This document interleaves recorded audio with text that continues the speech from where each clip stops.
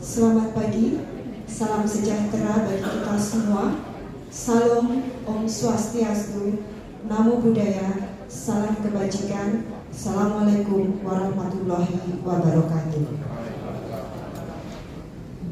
Yang kami hormati Rektor Universitas Gadjah Mada, Ibu Profesor Dr. Ova Emilia, Sekretaris Jenderal BPK Agama sekaligus Wakil Menteri Komdigi, Bapak Nezar Patria S.Phil, MSc MBA, para narasumber, tamu undangan, serta seluruh peserta seminar yang hadir secara luring maupun melalui kanal YouTube Live.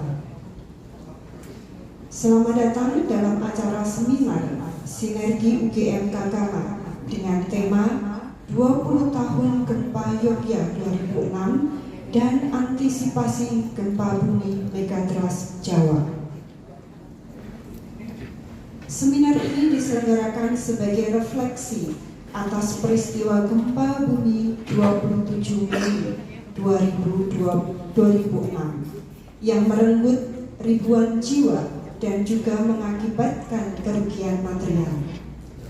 Di sisi lain, acara ini bertujuan untuk membangun kesiapsiagaan menghadapi potensi gempa bumi dan tsunami dari zona megatrust Jawa. Pergi ke pasar membeli kelapa. Kelapa muda segar rasanya.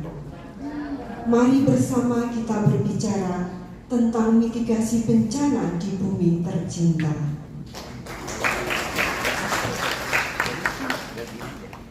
Hadirin yang kami hormati, mengawali kehikmatan acara pagi ini, marilah kita bersama-sama berdoa menurut agama dan kepercayaan masing-masing. Berdoa dipersilahkan.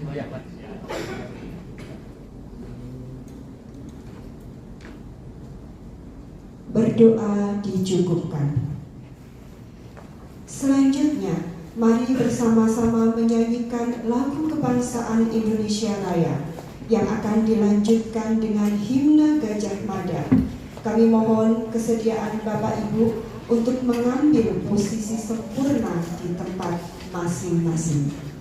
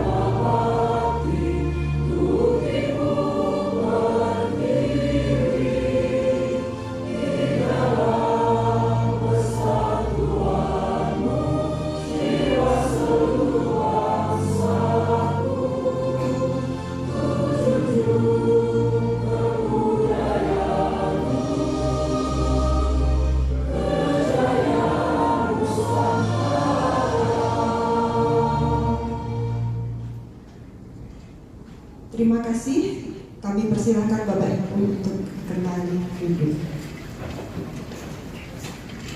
Selanjutnya mari kita simak sambutan pertama dari akan disampaikan oleh Sekretaris Jenderal PPK Gama kepada Bapak Nezar Patria Eshil, MSc MBA. Kami persilakan.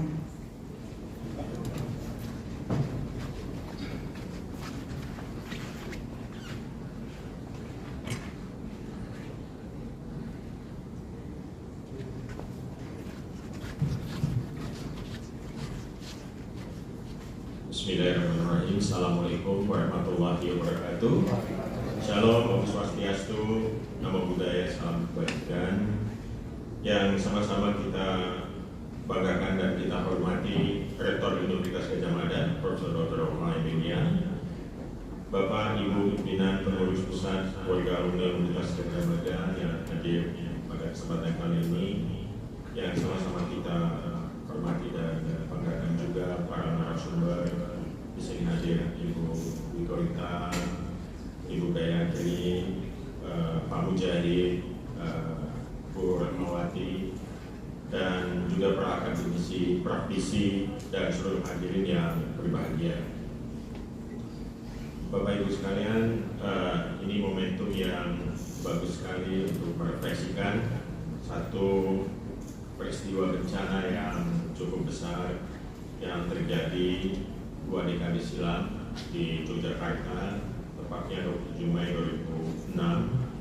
Satu gempa yang cukup kuat ya, dengan 6,4 skala Richter kalau nggak salah pada waktu itu. Korbannya ada sekitar 6.600 jiwa, lalu yang luka-luka sekitar 137.000 orang, bangunan yang rusak 280.000 bangunan. Kita ingat bagaimana rumah saudara-saudara kita yang ada di daerah Bantul ternyata hancur, dan kerugian cukup besar mencapai 29,1 triliun pada saat itu.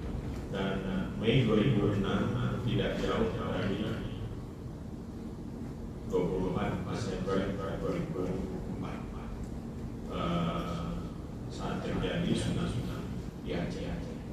Dan pada saat itu saya yang di Aceh, saya tidak berada di Aceh pada waktu kejadian tsunami, tapi 2 hari kemudian saya berada di sana. Dan pada saat itu gempa masih sekitar 6 sampai dengan 6,5 skala Richter. 1 minggu dan 2 minggu setelah kejadian tsunami itu, dan saya berada di sana 2 hari setelah tsunami. Jadi saya merasakan kedahsyatan gempa yang sekitar 6 sampai dengan 7 bahkan masih terjadi. Tahun kemudian saya persis berada di Jogja pada tanggal 27 Mei itu dan mengalami gempa yang sama. Ini kok kemana saya pergi ada gempanya. Dan disitulah saya menyadari bahwa Indonesia ring of fire. Dan mungkin momentum pada 2 dekade itu memang banyak sekali gempa bumi kita rasakan. Dan sejak itu kita sadari bahwa Nusantara ini sangat rawan dengan yang namanya bencana. Dan tentu saja khususnya di Pulau Jawa, seperti yang disampaikan oleh para ahli geologi kita, dan nanti kita juga akan mendengarkan paparan bagaimana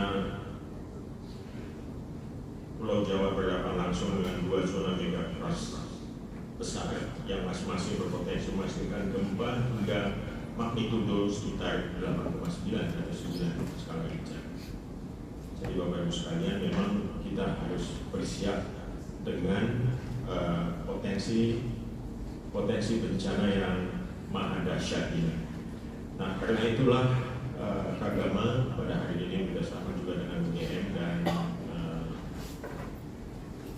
para stakeholder yang lain untuk mencoba merefleksikan kira-kira bagaimana ataupun apa yang harus kita lakukan untuk memperkuat ketahanan kita dalam menghadapi bencana.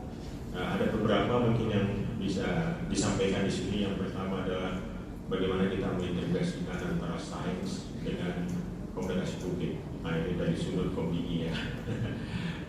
Karena kita tahu 2 dekade yang lalu dengan sekarang lanskap komunikasi publiknya sangat berbeda.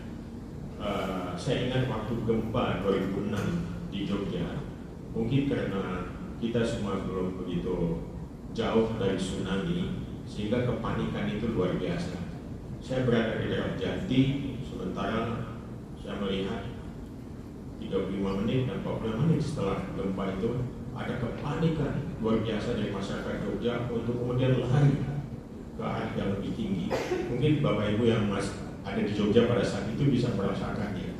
Tetangga saya itu langsung naik ke dalam mobilnya, mengajak semua keluarganya dan mengajak kami semua untuk ayo itu tsunami sedang datang, katanya. Sedang datang tsunami, terus orang-orang berlari di jalan Solo itu penuh menuju Ambarukmo, terus arah timur itu dan berteriak tsunami. Saya kebetulan pernah di Aceh gitu ya, belum lama, jadi saya ingat tsunami itu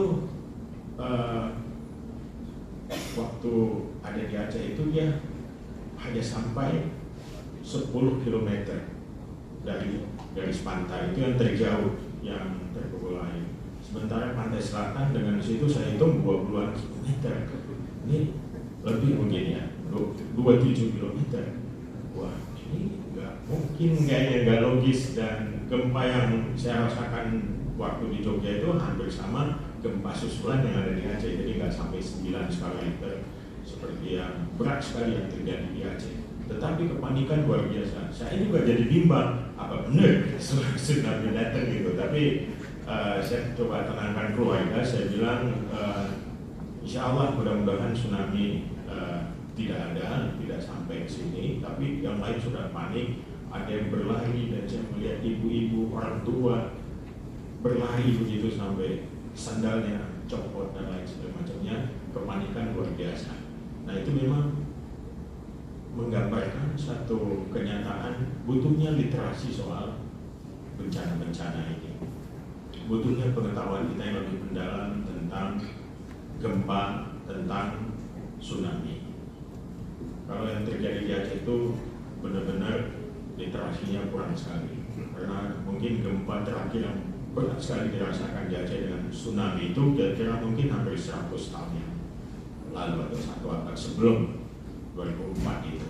Jadi sudah dilupakan dari generasi-generasi. Dan Bapak Ibu sekalian, kita memang bangsa yang gampang lupa. Ya.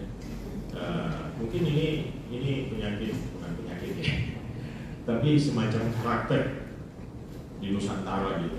Mungkin juga di rumpun masyarakat Melayu.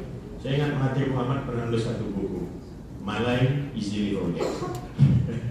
Buku. Jadi bangsa Melayu gampang lupa. Saya kira nggak jauh-jauh karena itu tetangga kita juga kena hal yang sama, gampang lupa. Dan itu terjadi juga di Aceh. 10 tahun setelah tsunami tidak ada lagi jejak bahwa daerah itu pernah dipukul oleh gempa dan tsunami yang sangat luar biasa. Tidak ada lagi jejak Bapak Ibu sekalian, kecuali kapal apung yang sampai ke tengah kota itu. Lalu ada musuh tsunami. Setelah itu tsunami seperti tinggal di memori atau cerita-cerita, dan konon nanti sekarang sudah 20 tahun generasi baru muncul dan mereka udah tidak engage lagi dengan memori kolektif tentang bencana yang besar itu. Nah, jadi dibutuhkan memang literasinya terus menerus. Nah, sementara ada satu tempat di Sinabang, ya, di Pulau Sinabang di Aceh di bagian selatan itu, mereka punya tradisi bertutur dan dongeng. Jadi ada dongeng tentang semong. Semong itu sebutan tradisional untuk tsunami. Nah, itu dituturkan terus menerus. Jadi kalau ada semong, kalian berlari ke arah bukit dan darahnya tinggi gitu. Nah, karena itu dijadikan kayak syair lagu dan dinyanyikan terus menerus. Begitu ada gempa bumi dan ada semong, ada tsunami datang, di sana cuma ada 4 orang yang jadi korban.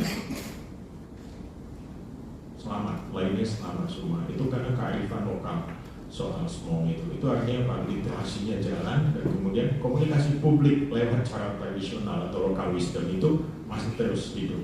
Nah, kita coba dibayangkan dengan lanskap komunikasi yang ada sekarang, dengan media sosial yang post-truth bermain di sana.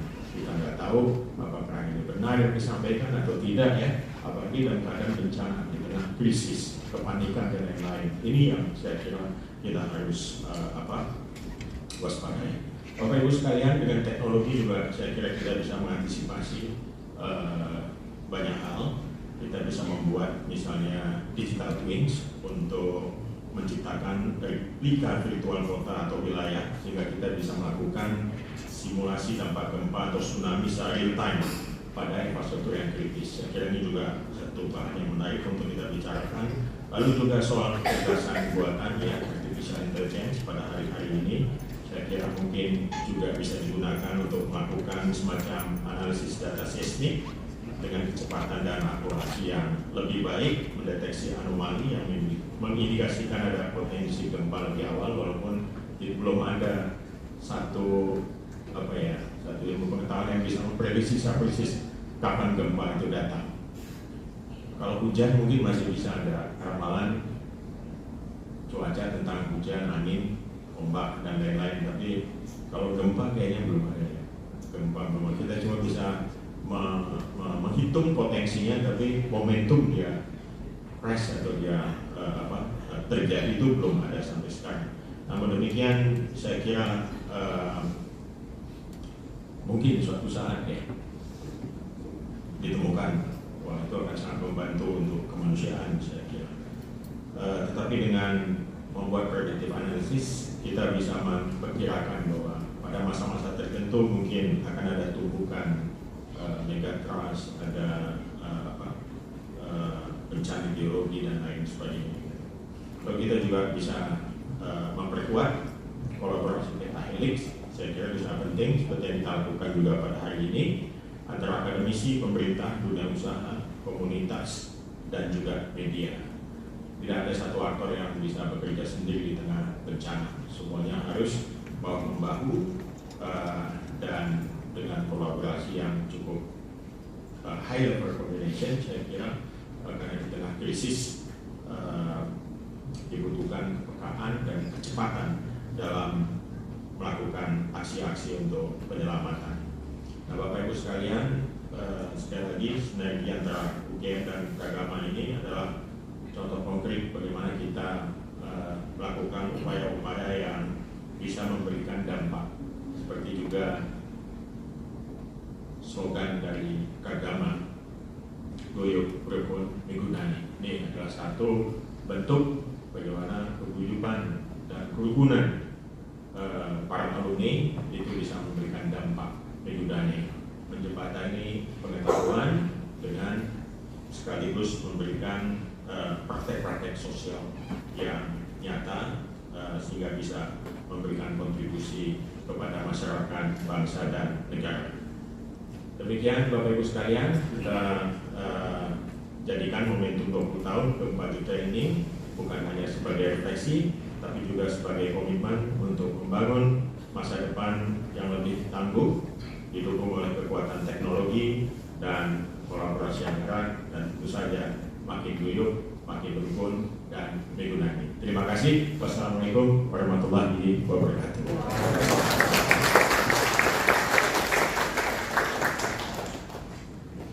Terima kasih kepada Bapak Nezar Patria S.Phil MSc MBA atas sambutannya. Selanjutnya mari kita simak sambutan dari Universitas Gadjah Mada sekaligus membuka acara secara resmi yang akan disampaikan oleh Direktur Direktorat Pengabdian kepada Masyarakat kepada Bapak Dr. Ari Rustam Aji MKes. Kami persilakan. Assalamualaikum warahmatullahi wabarakatuh. Kami hormati kemuliaan Bapak Sekretaris BPK Agama, Pak Dija beserta jajaran. Yang kami hormati kemuliaan Rektor bersama jajaran, ini hadir Kepala Kantor Alumni. Yang kami hormati yang muliakan Bapak Bupati Bantul atau yang mewakili, Bapak Kepala BMKG Stasiun Sleman, Bapak Kepala Muhammadiyah Disaster Management Center BP Muhammadiyah, Kepala Lembaga Penanggulangan Bencana dan Perubahan Iklim PBNU, Kepala BPD Klaten, Purworejo, Kebumen, dan Cilacap, Ibu Bapak Penewu Sekabupaten Bantul, Ibu Bapak Lurah Sekabupaten Bantul, Bapak Ketua Pemda dan Pencap Agama DIY, Ketua Forum Pengurangan Risiko Bencana di Wilayah DIY, Kelurahan Tsunami Ready Community Kabupaten Bantul, Kabupaten Kulon Progo, dan Kabupaten Gunung Kidul. Para pembicara hadir di sini, Ibu Profesor Ibu Ibu Gayatri, Pak Mujahid, dan juga Ibu Rahmawati Maturgun, Bapak Moderator Prof. Agung, dan Ibu Ngadisih, Bapak Ibu yang rawuh di sini, maturnuwun sanget atas kehadirannya. Demikian juga yang hadir di online. Alhamdulillahirrahmanirrahim, hari ini kita bisa berkumpul di sini untuk bersama-sama mengadakan workshop ataupun seminar tentang bagaimana kita memperingati 20 tahun kejadian yang luar biasa gempa di Jogja, sekaligus mengantisipasi ke depan, karena Ibu Dwi Korita ini yang paling getol menyampaikan peringatan kepada kami untuk hati-hati dengan megatrust dan juga bagaimana mengantisipasinya. Ibu Bapak yang kami muliakan, pengalaman yang tadi disampaikan oleh Mas Nizar mengenai bagaimana kita harus melakukan mitigasi, bagaimana merawat literasi, dan juga bagaimana kita akan mengantisipasi adalah suatu hal yang luar biasa. Matur nuwun Mas Nizar atas mengingatnya. Kami dari UGM tentu secara struktural akan berusaha untuk selalu menggunakan ilmu ini, dan juga untuk menemukan ilmu-ilmu baru yang tadi Mas Nizar sampaikan, bagaimana akan melakukan bukit ilmuwan pada saat itu. Ibu Bapak yang kami muliakan, pengalaman 20 tahun yang lalu membawa kita kepada semua dimensi sosial, ekonomi, dan juga infrastruktur. Biasanya kita terpaku kepada infrastruktur secara medis, tetapi kemarin kita bisa mendapatkan ilmu yang luar biasa bagaimana kita harus menghadapi hukum juga. Karena beberapa dari perangkat desa kita harus berhadapan dengan hukum, padahal niatnya sangat baik saat itu untuk kebersamaan, kegotong royongan yang kuat sekali di Jogja, tiba-tiba tidak memungkinkan itu terjadi. Kita belajar dari sana. Kemudian bagaimana kita membangkitkan ekonomi kembali. Kami dari DPKN dan juga dari DERU serta kawan-kawan dari fakultas bersama-sama berusaha membangkitkan ekonomi ini tidak mudah. Saat itu alhamdulillah banyak bantuan CSR dari Bank Indonesia, CSR dari perbankan yang lain juga besar sekali. Namun penyaluran dan juga membangkitkan pasar yang sedang kolaps sangat tidak mudah.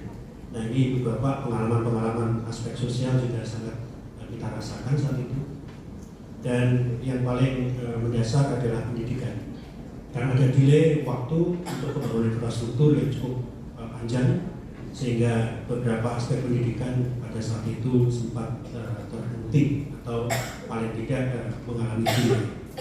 Mengejar waktu, mengajak adik-adik untuk mengikuti trauma healing, demikian juga trauma healing untuk orang tua menjadi sangat luar biasa. Pengalaman kita di bidang medis, bagaimana harus melakukan operasi patah tulang di tempat yang luar biasa, kolaborasi dengan negara lain yang saya masih ingat ada negara Kuba saat itu, dan habis itu ada beberapa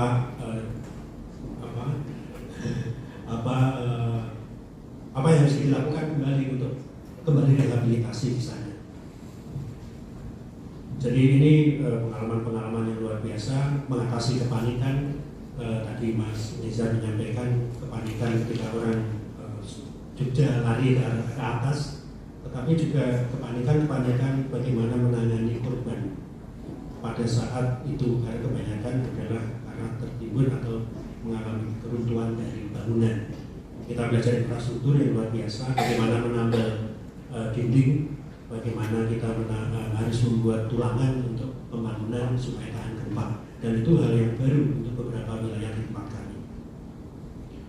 Untuk itu tentu refleksi-refleksi ini sangat kita butuhkan, dan ke depan kita akan mengantisipasinya.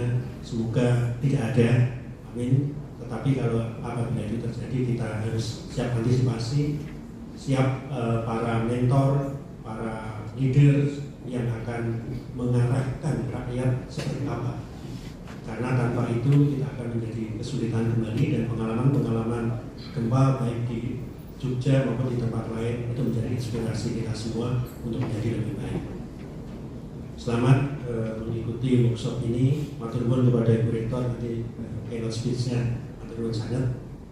Di sela-sela waktu kesibukan beliau ini harus hadir di sini, dan kami memohonkan maaf kepada Pak Ari Sucipto karena seharusnya beliau yang membuka acara dan menyambut, tapi beliau ada acara lain di UC sehingga mewakilkan keluarga kami. Mohon maaf.